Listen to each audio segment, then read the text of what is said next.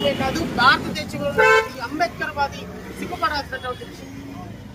ముఖ్యమంత్రి చంద్రబాబు నాయుడు, ఉప ముఖ్యమంత్రి పవన్ కళ్యాణ్, ముఖ్యమంత్రి కావాలని ఊబలాట పడుతున్నటువంటి నారా లోకేష్ కనీసం అంబేద్కర్ విగ్రహానికి ఒక పూలమాల కూడా వేయలేని దౌర్భాగ్య పరిస్థితుల్లో ఉన్నటువంటి ముఖ్యమంత్రిని, ఉప ముఖ్యమంత్రిని ఎందుకు ఓటేసి మనం గెలిపించి కోటాను కోట్ల రూపాయలతో రైతుల్లో తిరిగేటువంటి అవకాశం ఇవ్వాలి ఒకసారి ఆలోచించడానికి.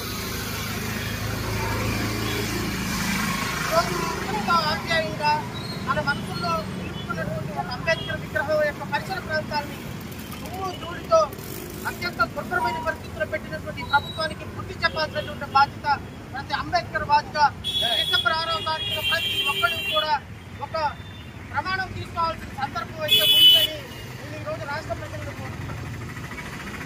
ఈరోజు అంబేద్కర్ మహనీయుడికి పూలమాలతోనే కాదు,